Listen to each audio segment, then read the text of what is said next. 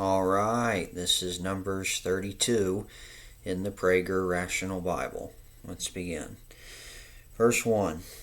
The Reubenites and the Gadites owned cattle in very great numbers, noting that the lands of Jezer and Gilead were a region suitable for cattle. And the Gadites and the Reubenites came to Moses, Eleazar the priest, and the chieftains of the community, and said, Ataroth, Dibon, Jazer, however you say that, Nimrah, Heshbon, Elialah, and Shebam, Nebo, and Beon, the land that the Lord has conquered for the community of Israel is cattle country, and your servants have cattle. It would be a favor for us, they continued, if this land were given to your servants as a holding. Do not move us across from the Jordan. So the Reubenites and the Gadites, they asked Moses and the other Israelite leaders for permission to remain on the land east of the Jordan River and not have to cross into Canaan, in addition to living apart from all the other Israelites. It would presumably mean that they would not participate in the war to conquer Canaan. Yep, and of course Moses is worried about that. Verse 6. Moses replied to the Gadites and the Reubenites, Are your brothers to go to war while you stay here? And Moses rightfully questioned whether it would be fair for the tribes of Reuben and Gad to settle in the land they desired, while the rest of the Israelites risked their lives to conquer Canaan. 7. Why will you turn the minds of the Israelites from crossing into the land that the Lord has given them? That's what your fathers did when I sent them from Kadesh Barnea to survey the land. In Numbers 13. After going up to the Wadi Iskul and surveying the land, they turned the minds of the Israelites from invading the land that the Lord had given them.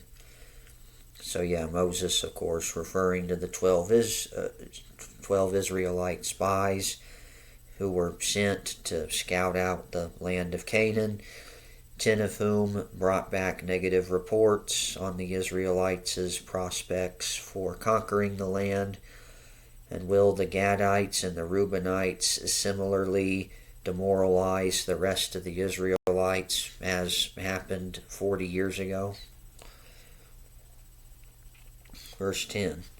Thereupon the Lord was incensed, and he swore, none of the men from 20 years up who came out of Egypt shall see the land that I promised on oath to Abraham, Isaac, and Jacob, for they did not remain loyal to me.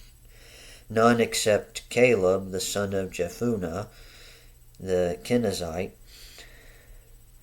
and Joshua, son of Nun, for they remained loyal to the Lord. The 2 spies that gave the good report. That didn't go along with the 10. And then of course Joshua will be the new leader. And the Lord was incensed at Israel, and for 40 years he made them wander in the wilderness, until that whole generation that provoked the Lord's displeasure was gone. And now you, a breed of sinful men, have replaced your fathers to add further to the Lord's wrath against Israel. And Moses' anger at the tribes of Gad and Reuben was warranted. Verse 15. If you turn away from him and he abandons them once more in the wilderness, you will bring calamity on all of this people. And once again, Moses was angry with his people, this time with the Reubenites and Gadites. The reason was, as Polinsky writes, when these 2 tribes asked to remain in the Jordan region, this spirit of secession that they had created, wishing to become a separate people, could destroy the structure of the entire nation of Israel and could discourage the other Israelites from going into the land. However, there's a second opinion worth noting. It's put forth at it is put forth at Torah, Torah.com, by Dr. Angela Roskop Ezerman, however you say that, who was a PhD in Bible from the Hebrew Union College Jewish Institute of Religion, and she said this: the Reubenites and the Gadites, however, never actually say that they would not participate in the conquest of Canaan. Well, later they're going to say that they will. Their reason for not wanting to cross the Jordan had nothing to do with the fear of the giants who live on the other side, as it did for those 10 spies in Numbers 13. Yeah, the scouts, as she says. But it had everything to do with the economic suitability of the land east of the Jordan for their cattle owning tribes. Yeah, that's why they wanted to settle in this land east of the Jordan River. That was conquered in Numbers 21. Yeah, because they thought it would be good for their cattle and all that. And then there's a little citation of that lady's quote. It comes from Settlement of Reuben and Gad, a rhetorical case for the Transjordan as a part of the Promised Land, Torah.com, and then it gives the link to that article. Okay, anyway. But basically, if she's right, before getting angry, Moses should have first clarified that the Gadites and the Reubenites were in fact asking to avoid fighting in the Israelite war against Canaan. Well, Moses, of course, was worried that by asking if they could settle east, he was just worried that what happened in Numbers 13 and 14 would happen again.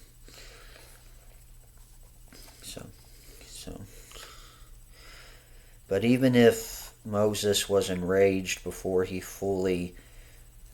knew fully what was being asked, his rage was based on, in the words of Ronald Allen, a lifetime of disappointment. Yeah, he just didn't want all of that to happen again, and he was afraid it was going to. Yeah, I mean, he already had to spend 40 years in the wilderness with all of those people, and he just had such a hard time dealing with that other generation. Again, like in Numbers 11, it got to the point where he just couldn't stand these people, basically. He just didn't like dealing with them. But he still cared for them, even though they were a pain in the rear. So, yeah. So, alright, and then verse 16. Finish reading that quote. Well, the note here, and then I'll get to 16.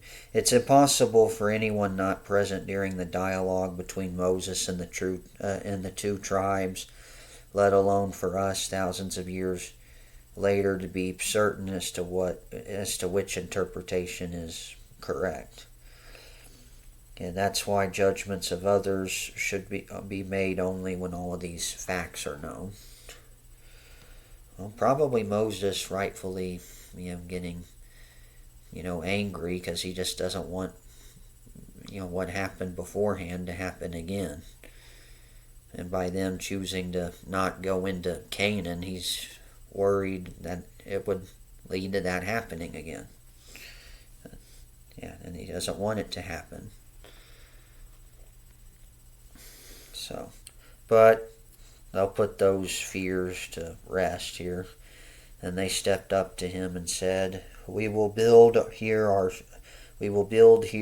sheepfolds for our flocks, and towns for our children. And the Reubenites and the Gadites referred first to caring for their flocks and then caring for their children.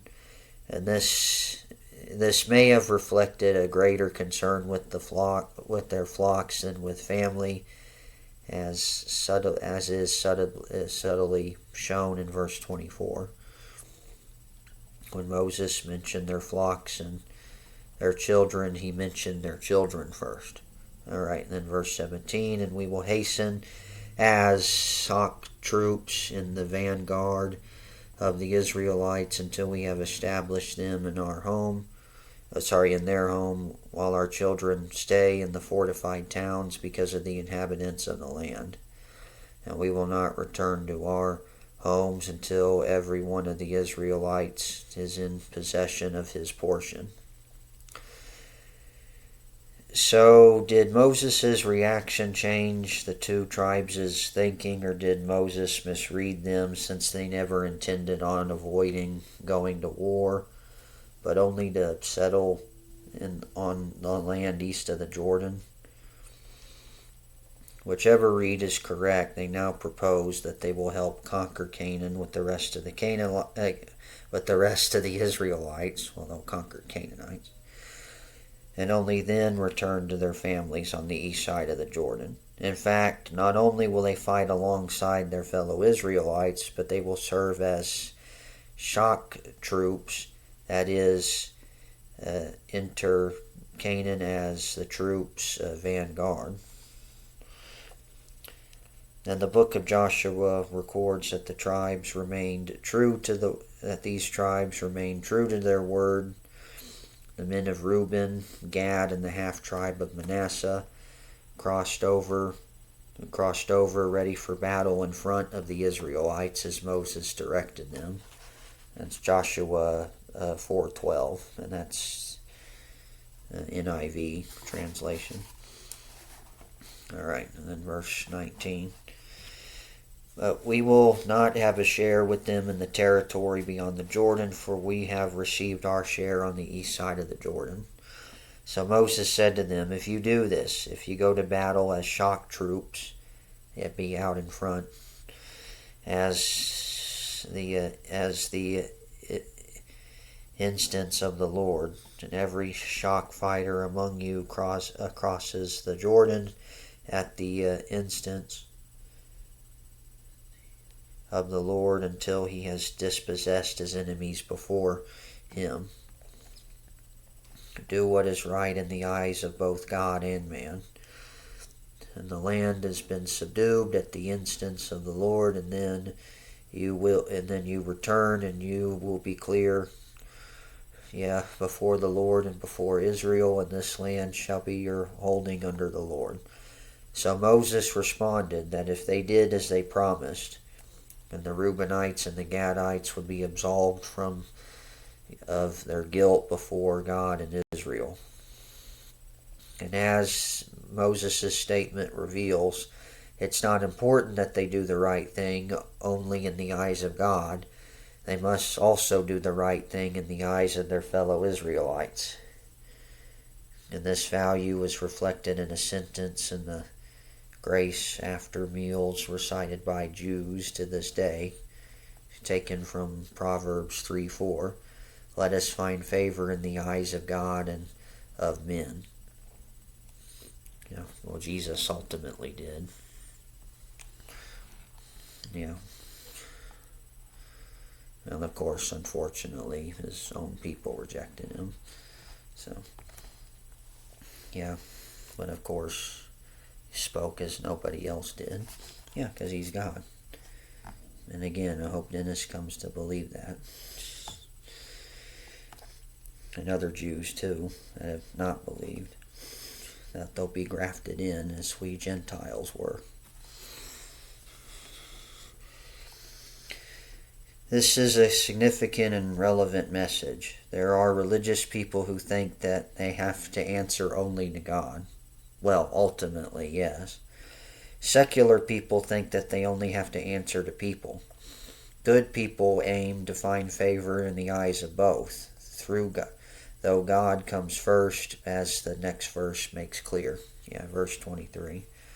But if you do not do so, you have sinned against the Lord, and know that your sin will overtake you. Yeah, your sin will find you out if they don't go into the promised land to help the other Israelites conquer it. Yeah. And build towns for your children and your sheepfolds for your flocks, but do what you have promised. That's verse 24. Yeah, where Moses says children first instead of sheepfolds. Yeah, but the tribes said that they would build sheepfolds for our flocks and towns for our children, making it sound like maybe they had a greater concern with the flocks, as mentioned previously. Alright, yeah, there it is. Yeah, Moses mentioned children before sheep, reversing the order spoken by the Reubenites and the Gadites in verse 16. And many commentators see this as an implicit criticism of the two tribes. Given that the Torah records Moses' statement, that is one possible read, but it may not be the correct one. Given that the entire issue revolved around grazing land for cattle, it's quite understandable that the Gadites and the Reubenites would have first mentioned their flocks. Yeah, because that's why they wanted to settle in that land in the first place, since they saw it was good for their flocks, for their cattle. So, anyway. But I don't really care what order it gets mentioned. So the main thing is they do what they said they're going to do. Alright. Verse 25. The Gadites and the Reubenites answered Moses, your servants will do as my Lord commands. Our children, our wives, our flocks, and all of our other livestock will stay behind in the towns of Gilead. And as Moses did, the Reubenites and the Gadites now mentioned their families before their flocks. And while your servants, all of those recruited for war, cross over at the instance of the Lord to engage in battle as my Lord orders. And then Moses gave instructions concerning them to Eleazar the priest and Joshua the son of Nun, and the family heads of the Israelite tribes. Yeah, the other tribes that actually would go in. So, and, stay in there when they settle.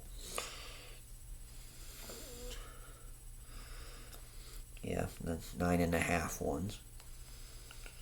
Alright, now this is an important verse for 3 reasons. Number 1, Moses publicly announced the plan of the Reubenites and the Gadites to ensure that no one would condemn these tribes for remaining on the east side of the Jordan and thereby prevent any internal strife. And this was in fulfillment of Moses' words in verse 22 that the Reubenites and the Gadites must be clear, not just in the eyes of God, but also in the eyes of their fellow Israelites.